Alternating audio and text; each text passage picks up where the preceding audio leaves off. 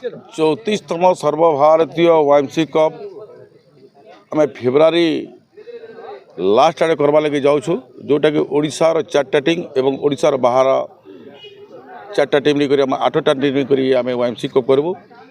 एवं आम प्रथम जोटा विनर लक्षे टंका रखी ट्रॉफी 960,000 एवं तार सहित ट्रॉफी एवं अन्य man of the match man of scene अन्य बहुत सारे आम प्राइज रखीचु प्रति वर्ष समस्त गोटे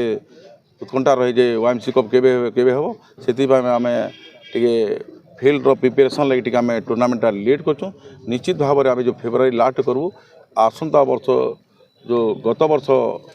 जो टूर्नामेंट जो होता बहुत बढ़िया टूर्नामेंट आम आयोजन करूँ भल भल टीम मैंने आसबे जो मैंने रणजी खेल से एवं जो समापन हो फ्लड लाइट रे हो एवं भल फटाका भी जोटा बाण भी आकर्षण हम और ऑर्केस्ट्रार भी आम व्यवस्था कर ये जो फील्डटा है बर्तमान ग्रेसिव फील्ड हम केते माने उत्साहित थे खेला मैंने खेल किपर माने आम जो पुराना टूर्नामेंट होता है टूर्नामेंट भितर कौन पार्थक्य हाँ जो मैंने रणजी खेलते से सदाबले टॉप पिच रखते और ग्रास खाती जेहेतु ये फील्ड आम भल नाला से आम बाध्य आम गोटे चेष्टा कलु आम वाईएमसी मेम्बर्स मैंने से बहुत बहुत धन्यवाद दे वाईएमसी क्लब समस्त मेम्बर को सब ग्रास होगा प्राय सरीगला आज सरीज और टॉप पिचर भी काम हो आगामी जो टूर्नामेंट हम 34तम वाईएमसी कप ग्रास रे टूर्नामेंट हम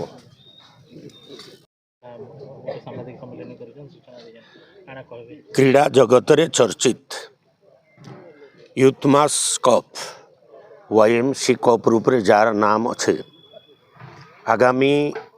फेब्रुआरी शेष एवं मार्च फास्ट वीक रे 34तम प्रतियोगिता हेबाके जाउछे। नुआपड़ारे क्रीड़ा जगत रे अग्रणी केन्ता हेबा नुआपड़ा से आमर जिल्लार जड़े श्रेष्ठ क्रीड़ाविद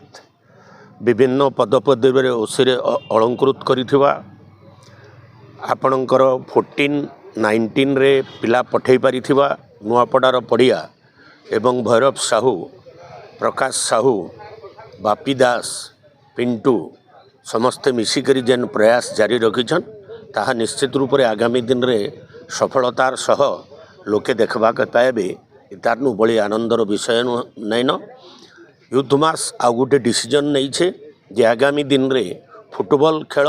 प्रतियोगिता एवं कबड्डी खेलर प्रतियोगिता मध्य प्रतिवर्ष 3टा खेलर प्रतियोगितार आयोजन करबार निष्पत्ति स्वागत योग्य पदक्षेप एथिरपाई मैं यूथ मास को एवं तार आवाहक सभापति संपादक समस्त को कृतज्ञतार सह धन्यवाद दूँ।